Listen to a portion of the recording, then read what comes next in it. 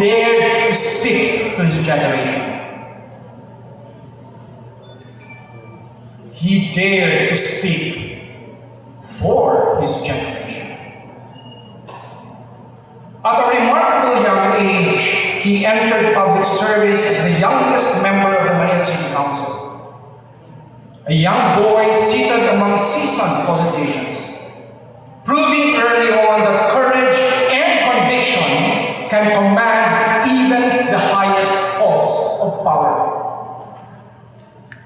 Known to many as Norman, admired for his grit, charisma, and unmistakable candor, he transformed the city of Manila with boldness, with speed, and with political will that captured the attention of the entire nation. But beyond the titles and headlines is a man who understands the power of the voice. Because before he became a mayor, he was once a young dreamer trying to be heard. And what better person to inspire today's finalists? Young men and women who dare to speak, who dare to persuade, who dare to lead, than this mayor. Someone who turned his own voice into a movement. Ladies and gentlemen, prepare yourselves for wisdom delivered with fire, with a little bit of humor delivered with heart, and with inspiration shared with us all, coming from his own life experience. It is my distinct honor and privilege, therefore, to present our keynote speaker for the Voice of the Youth Grand Finals, Mr. Voice of the Youth himself, the Mayor of the City of Manila, the one and only Francisco Isko Moreno Domagoso.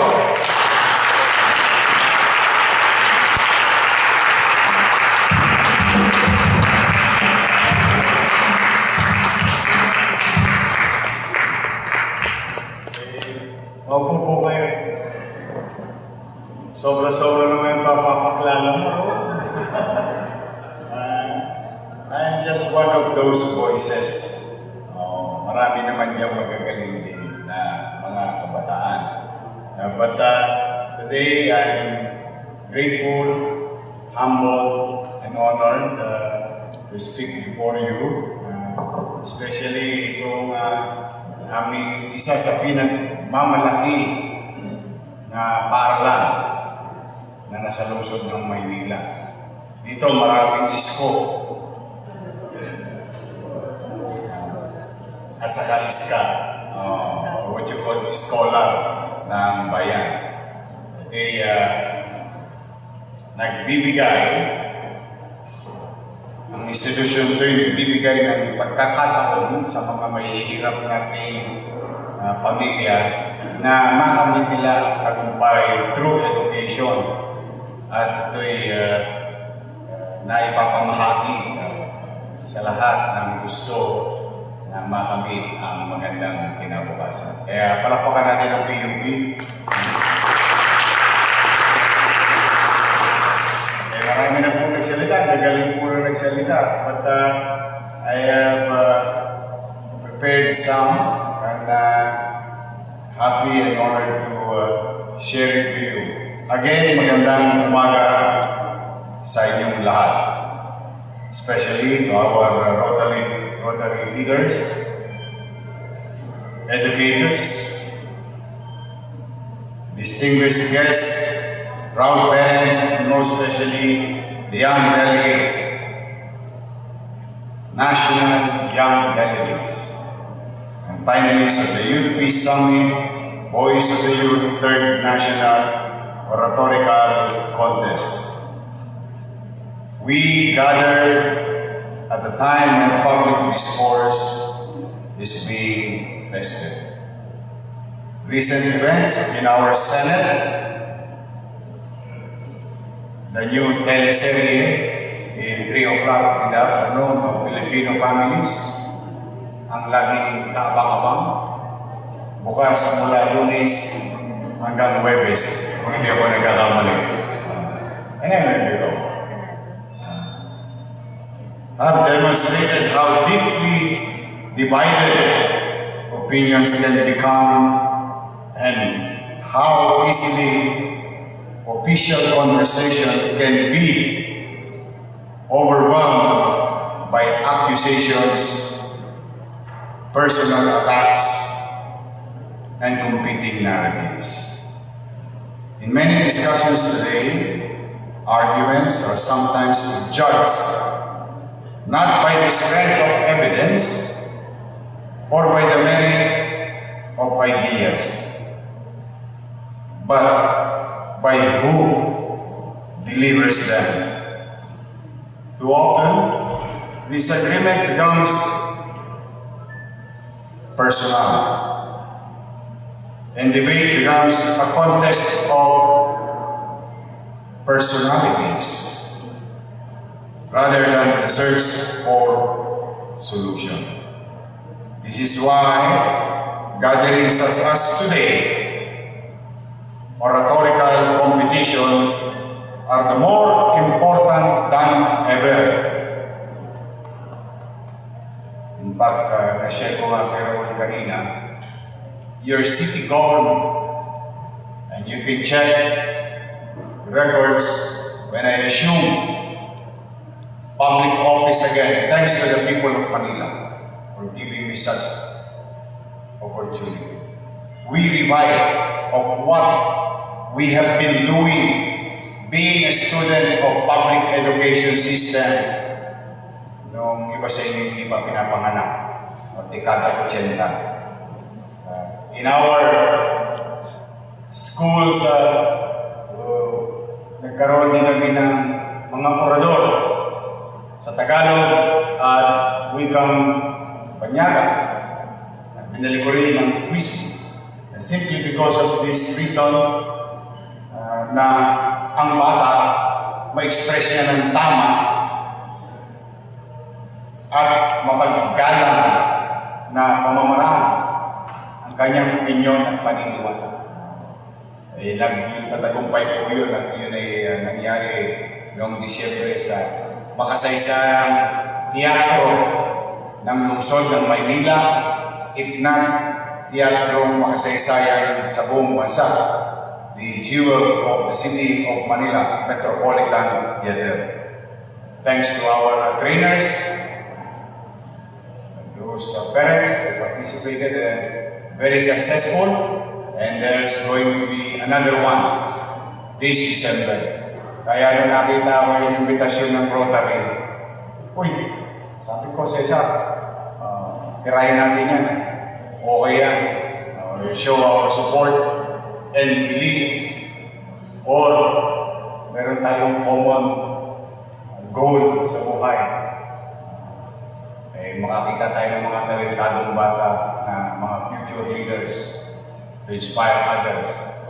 Kaya sabi ko, gora kami sa araw na ito. Kaya po, maraming salamat sa inyo, Rotary Club, sa inyong pagtatanghal na ito. Oratory, at its finest, teaches discipline of thoughts and purpose. It requires research before opinion, evidence before conclusion, and logic before persuasion. It challenges young people to defend positions, not through insults or noise, but through ideas and facts, and reasoned arguments that can inspire action and create positive change. Sana sa inyong mga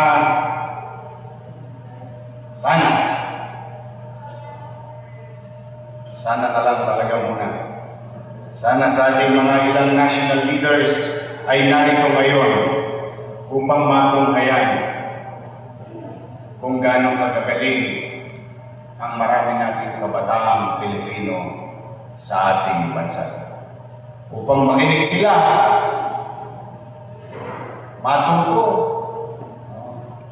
matuto sa tinig ng kabataan. In our own little way, in this corner of our country, in Manila, we have seen how communications and social media platforms can become tools. Dito marami nagkakamali sa perception sa amin. You don't use a free platform to propagate yourself, but it is a tool for communication and almost free, timely information na nayahatid for purposes of public service. And modesty aside, when I was vice mayor then, you can Google it, hindi pa ako nagla-live ang session sa Senado sa Maynila nung vice mayor ako. Naka-stream na ang session ng Konseho ng Maynila. For what purpose? To showcase ourselves? No. To expose ourselves. To be better in the eyes and hearts of our people if we really doing our job. Kaya nung araw na yun, natatakot yung mga kusiyal eh. Sabi ko, ba't kayo natatakot? Hindi naman sinabi ng tao, tinusgahan kayo bobo matalino. Ang huhusgahan kayo ng tao, kung gagampanan ninyo yung naturingang tungkulin inyong hiningi. Tandaan ninyo ha, hindi yan binigay sa inyo ng tao ng pusa. Hiningi nyo yan sa tao na kayo malaga sa kanya-kanya nyong posisyon to represent your district. Kaya huwag kayong tutulog-tulog dahil pag nadaan na kayo ng kamera, mahuhusgahan kayo ng mamamayan. Yung mga nangungulangot yan, medyo sa banyo nyo na dali niya.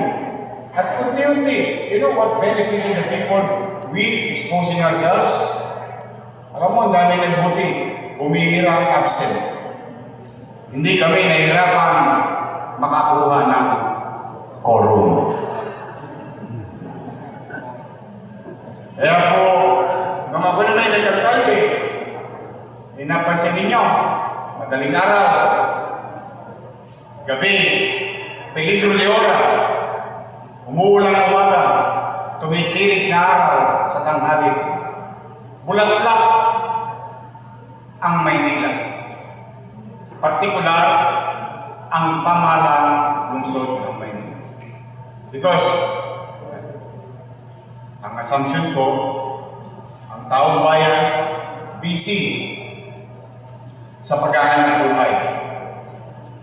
Maraming gawain tungkulin sa kanya-kanyang field of undertaking. And sometimes, through noise, maraming nagkakalituhan. At ang kalituhan ay nagbubunga ng alitan at hindi pag-uunawaan. Kaya ipinlatlat namin ang pamahalang lungsod. Na siya na rin naging parang ang tawag yan sa peg ng ibang lokal na pamahalaan at leader ng pamahalaan. Diyan ko rin itinatag nung unang termino ko yung capital report.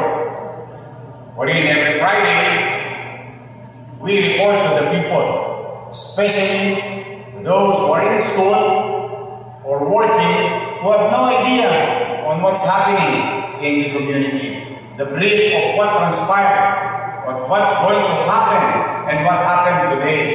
At least doon man lamang na ipababatid namin sa aming mamamayan for proper guidance kung ano ang tamang informasyon, sitwasyon from the horse's mouth. O hindi na salin salita. And recently, nag-innovate kami. It became Your Mess Hour every Friday, except after the implementation of EO 110. Wala pa kami pasok ng Biyernes.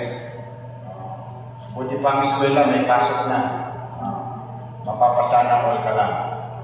But then again, in addition, through communication as a form of service to the people of Manila and then those people who are coming in and out of Manila every day, ay meron po kami tinatawag na talk to the people. These are urgent matters. Maaaring may hinulap na isang estudyante ng PUP, kanya sa Stockton shop, may nagpadala sa amin, at na kailangan namin tugunan. Kaayusan, imbornal, at higit sa lahat, baha. Those are simple things, simple matters, micro in nature, but sabi nga, ang tigyawat, kapag hindi mo binigyan ng atensyon, magiging piksa. Kaya, kung kaya pa lang, maliit pa lang, tugunan mo na. While you continue to prepare your city for a mid and long-term development, we continue to address daily challenges. And through this medium, ay marami po nagagabayan at naiiwasan ang mga fake news, maling informasyon. Lalo na yung mga ataps natin sa eskwelahan. Minsan sila nabibiktima kasi may nagbibiro, you're been declared no classes. Siyempre, excited yung mga ataps. Yung pala fake. That's why we have this type of outlet that through communication, mas kumiliwanag, nagkakaunawaan ang bawat isa. Ngunit, sa mga contestant, and to those who's going to hear our finalists today, words is not enough. Words must be accompanied by action. Because with words plus action, now you have the power to move people. Katulad po namin, walang makapaniwala kasi near to impossible.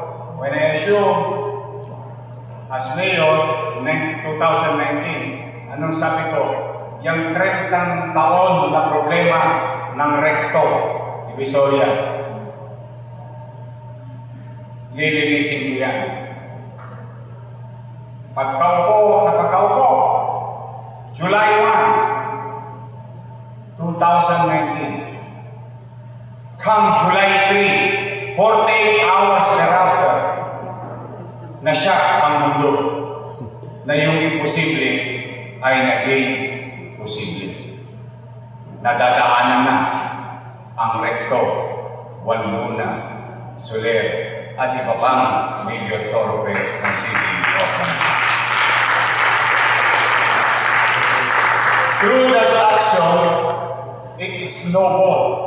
People will start listening to you because with your great words and thoughts, and you put action on it, now people will start listening. And with that, now people will start to follow. And now, after so many consistent picking of low-hanging fruit, now you can rally the people. Kailangan ba maging alkalde ka para magkaganon? Hindi. Katulad na rin nasabi ng mga speaker. Hindi mo kailangan din maghanap ng tamang oras. There is no such thing as right timing. Why? With or without you, with or without us, time will run. And these are the things that we cannot buy back. We can lose money, we can lose opportunity, we can lose so many things. Pero pwede natin makamit muli yung mga bagay na yun. Pero pag ang oras ay nawala, hindi na tayo makakabili muli. Kaya, when is the time? The time is today. For the finalists, the time is today for you to shine. For the individuals, the time is today for you to be responsible to yourself, to your family, to your community, and our country. Wala.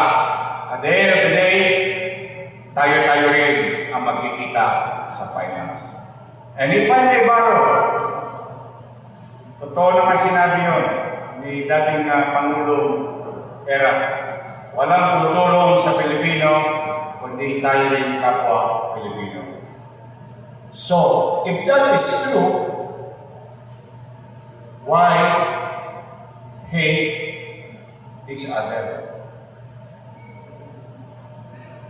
And if I may borrow one of those sentences mentioned by the past speaker, why create a wall if you can create a bridge? Same effort. You're going to create something. You put your skills and knowledge and experience building something. Why not build something for us to be united again with one heart, one soul, as Filipinos in our country? Ilang araw na lang, gugunitain na natin ang araw ng kalayaan. Iba sa inyo, marahil katulad ko, o yung iba rin ang naisip. Pero ako'y may tanong sa aking sarili. Malaya na nga ba tayo? Technically, countries recognizing our sovereignty. But anong uri at anong klaseng kalayaan ang gusto nating makamit? Kalayaan, kalpas, kahirapan. Kalayaan, kamalaya kang makapagsasabi ng iyong ninanais. Ngunit, marami rin sa atin. Tayo na, huwag na tayo magturo ng iba. Marami rin sa atin misconstruing the word kalayaan in expressing themselves by not thinking responsibly ka rin sa mga bagay na sinasabi mo. Tingin ko, and I hope I'm wrong, tingin ko, may mga ilan, hindi ko alam kung marami, ipinagbaliwala ang kanyang responsibilidad sa mga bagay na sinasabi niya sa kanyang kapwa. Mahalaga po. Ang kalayaan, gusto kong maalala niyo ito for 2026 celebration of our 128 years of independence. Gusto kong maalala. Ang kalayaan ay hindi libre. Habang pare-pareho tayong naniniwala na ang kalayaan ay karapatan. Pero hindi ko karapatan, ito'y libreng ikikipit balikat na lang natin na para bang binabaliwala natin. Ang kalayaan ay may responsibilidad. Ang kalayaan may obligasyon. And I'm gonna remind each and every one of us. Lives, individual, pay the ultimate price for what we have today. The so-called freedom, the so-called sovereignty. Hindi yan natin pwedeng sukdulang ipinagbuwis ng buhay ng ating mga bayani. Inalay ang kanilang buhay upang tayo ngayon sa kasalukuyan ay makamit ang malayang pamayanan at bansa. Para bang kung minsan, although hindi ko naman kayo masisi, kasi nakikita rin natin sa ibang leader natin, na para bang ikinikipit, balikat na lang natin parang baliwala. We are a free nation, I can do everything what I want to do, I can do whatever I want to say. Ganun ang dating. Ay, hindi po. Hindi po. Sa oras matatagpuan niyo ang katwiran, hindi naman kailangan makasakit ng kapwa damdamin. And there is a saying, with this, I think mas papayapa tayo bilang magkakaibigan. When someone create an opinion, you respect it. That's why it's called opinion. And you can say, your opinion is as good as mine. O di walang away.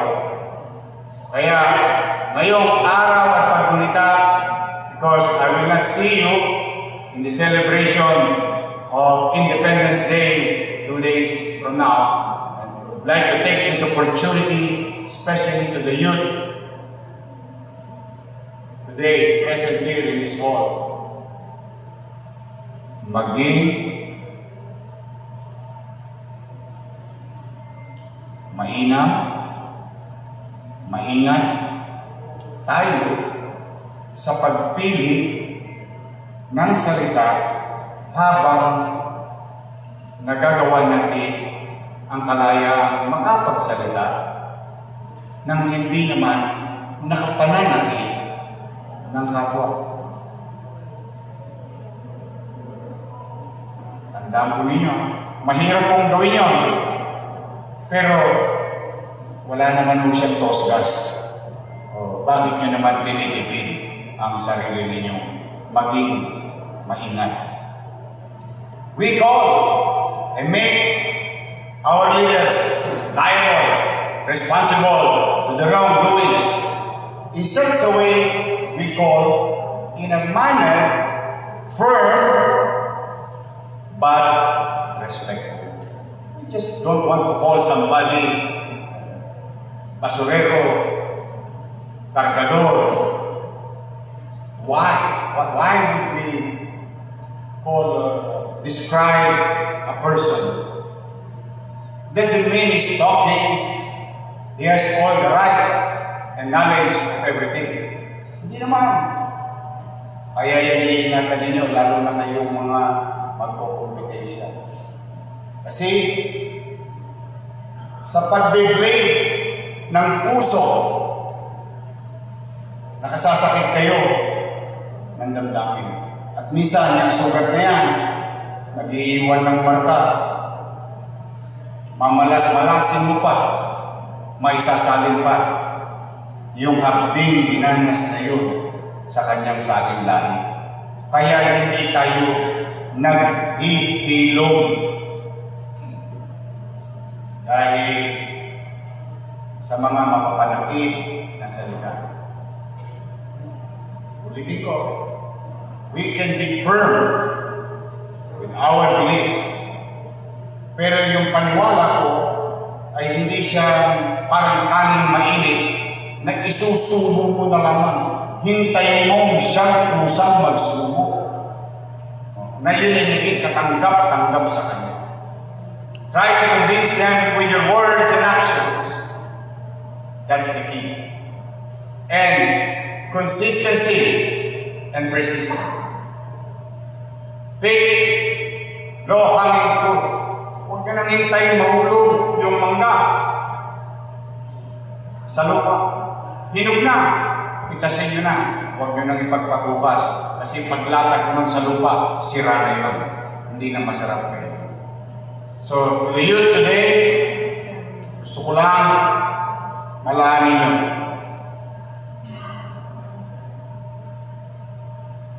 At maalala ninyo ang maninuno natin.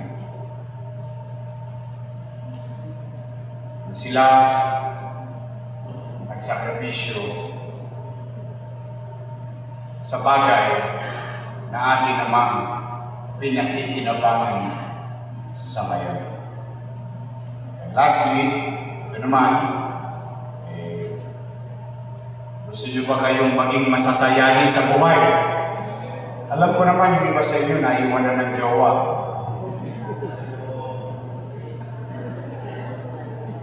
Naloko pa.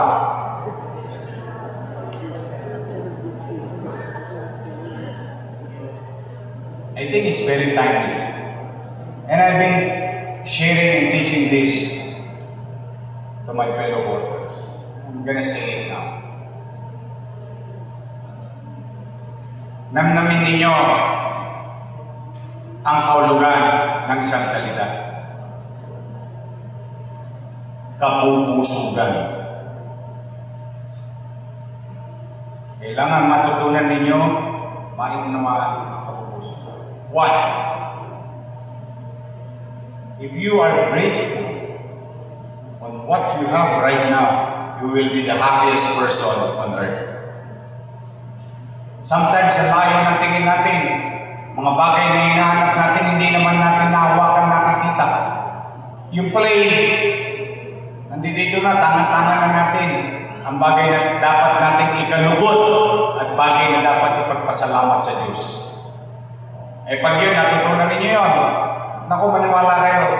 Kahit na tumaas pa presyo ng gasolina, makusumi kayo ng 1 minuto, 2 minuto, nagkakagulo-gulo na sila sa you will be more light emotionally and psychologically. You should learn the word, the meaning of the word, kapupuso. Kasi if you cannot find that, you will continue to seek things beyond or whatever yung mga aspiration mo, tas you end up with nothing. But when you appreciate things, opportunity, economic, jowa, yeah? Mas magiging masasayahin kang tao. Yeah? Kasi naipagpapasalamat mo sa Diyos ano man na naging katatayuan mo sa kasalukuyan. So muli sa inyong lahat, sa ating mga contestant, congratulations.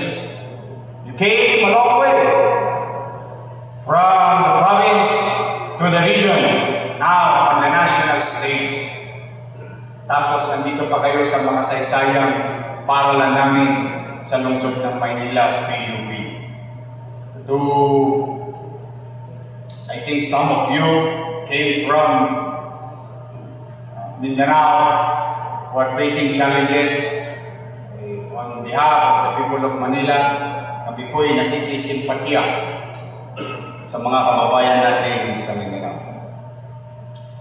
May awa ang Diyos. May awa ang Diyos. Malalagpasan din natin. Hold on. Sabi, sino ba kumanta? Hold on. Just keep on holding on. Whoever song, sino man yung kumanta noon, I think it's very timely. You really have to. Sana makarecover kagad kayo sa So, congratulations, Rotary. Congratulations to parents, instructor, to the finalists. Congratulations na. 6 kayo sa 100 million to showcase your skills and talent. Mabuhay ang Pilipino.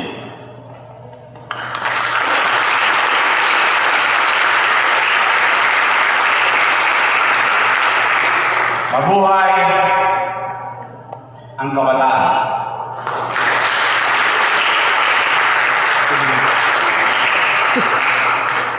Makamit nawa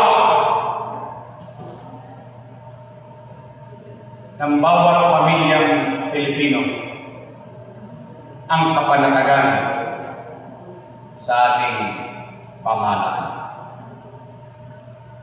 Mabuhay ang kalayaan ng Pilipinas.